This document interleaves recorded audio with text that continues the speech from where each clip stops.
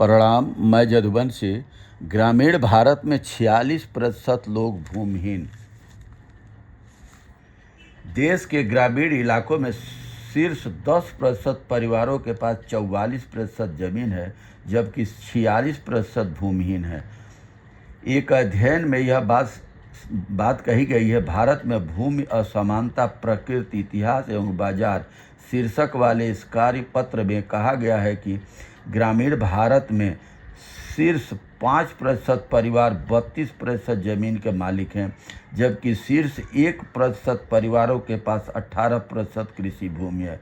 यह अध्ययन नितिन कुमार भारती, डेविड ब्लेक्सली और समीर मलिक ने संयुक्त रूप से किया है। अध्ययन में करीब 65 करोड़ लोगों और 2.7 लाख गांवों के भूमि आंकड़ों का विश्लेषण किया गया है।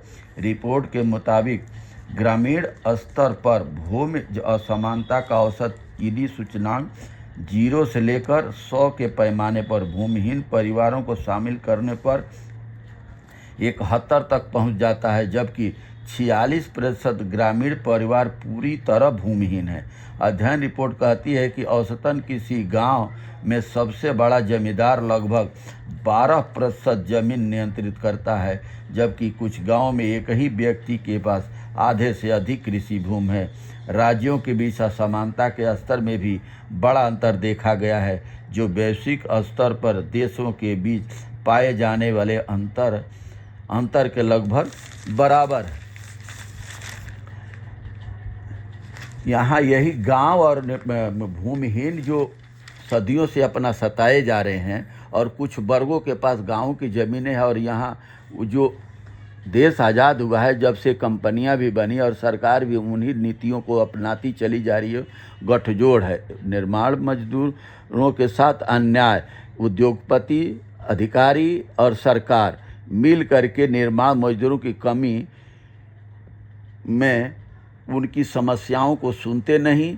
और भारतीय संविधान के शिल्पकार, समानता और न्याय के महान प्रवर्तक डॉक्टर भीमराव अंबेडकर जी का कथन है कि शिक्षित बनो, संगठित रहो, संघर्ष करो।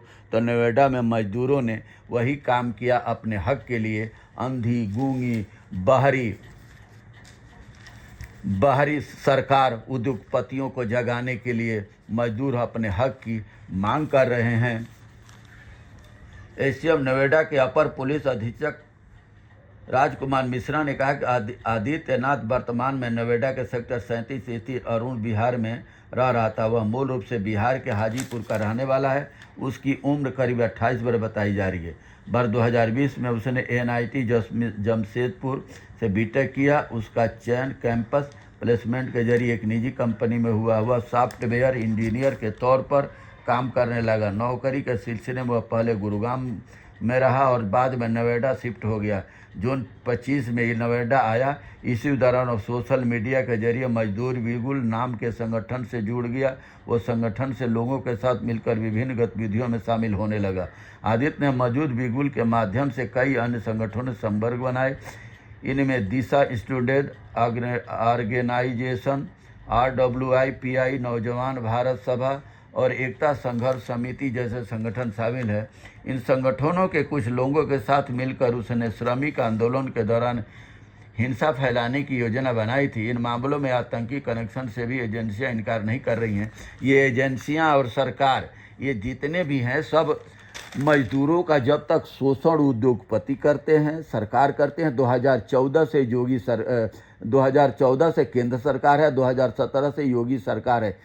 इन सरकार से मजदूरों ने संगठन बना करके अपने शोषण के खिलाफ आवाज़ उठाई तो सरकार की नींद खुली और उनके 10,000, 8,000, 12,000, 15,000 सरकार जो उद्योगपतियों से दे रही थी तनख्वाह, तब ये सरकार सोई हुई थी। सरकार को तो कमीशन चाहिए, चंदा चाहिए, जो कि मजदूरों की मजदूरी से काट करके उद्योगपति सरकारों को चंदा देते हैं और सरकारें अपनी राजनीति चमकाती हैं और अपने राजनीति के लिए इन्होंने मजदूरों का शोषण शुरू कर दिया। और जब मजदूर अपना संगठन बना करके, संगठित हो करके और अपना हक मांगते हैं तो इनको नाना प्रकार से नवाजा जाता है। कभी पाकिस्तान से बता दिया जाता है कि पाकिस्तान से वायरल हुआ है, तो कभी कहीं से हुआ है, तो इनका आतंकवादी संगठन है, इनका ये।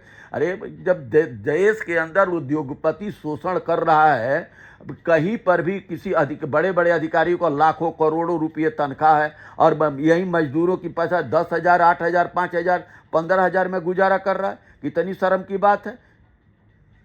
इनको भी तो सोचना चाहिए। और आज तक सरकार जो 2014 से है, 2017 से योगी आदित्यनाथ जी है, नोएडा में क्या देख रहे थे? सिर्फ बुलडोजर चला करके बिल्डिंगों को गिराना, जो अपने मकान बना करके तिनका जोड़ करके मकान बना उसको बुलडोजर से गिरा देना। सरकारी ज़मीन है तो वो भी तो देश का नागरिक है। ग्राम समाज की ज़मीन है तो गांव की ज़मीन है तो गांव के आदमी गांव में ही नहीं बसेगा, कहीं जंगल में तो कहीं और दूसरी जगह तो जा करके बसेगा नहीं। गाँव का आदमी गाँव में ही बसेगा। और अत्याचार जब तक होगा, मजदूर अपना हक लेता रहेगा। और हक के लिए संगठित होना, बाबा साहब ने भी बोला था कि अपने हक के लिए शिक्षित बनो, संगठित रहो और संघर्ष करो। उन्होंने पहले ही संविधान में हमारे बाबा साहब भीमराव अम्बेडकर ने मजदूरों के लिए और इस सलाह दे गए थे। और शिक्षा 36,000 योगी आदित्यनाथ जी ने स्कूल बंद कर दिए। क्यों? कि ये गरीब की सारा पिछड़ा, दलित, आदिवासी किसान में बच्चे पढ़ लिख जाएंगे, काबिल हुए तो अपना हक मांगेंगे। ये सरकार हक देना नहीं चाहती। ये गूंगी बहरी सरकारों को जगाने के लिए ये आंदोलन ही एक रास्ता बचता है, तब ये सरकार सुनती है। बिना आंदोलन के ये सरकार नहीं सुनती। ये कभी भी नहीं चाहती कि मजदूरों को इनका हक मिले। इनको तो सिर्फ चंदा चाहिए, इसलिए चंदे का विशेष ध्यान रहता है। और उद्योगपति फलता फूलता रहे, उस पर इनका बने के भी ये नहीं रहता कि उद्योगपति मजदूरों का शोषण कर रहा है। उद्योगपतियों को अलग से कानून बना करके मजदूरों के बेकायदे हक मिले, इस पर सरकार का ध्यान नहीं है। बहुत बहुत धन्यवाद। नमस्कार, प्रणाम।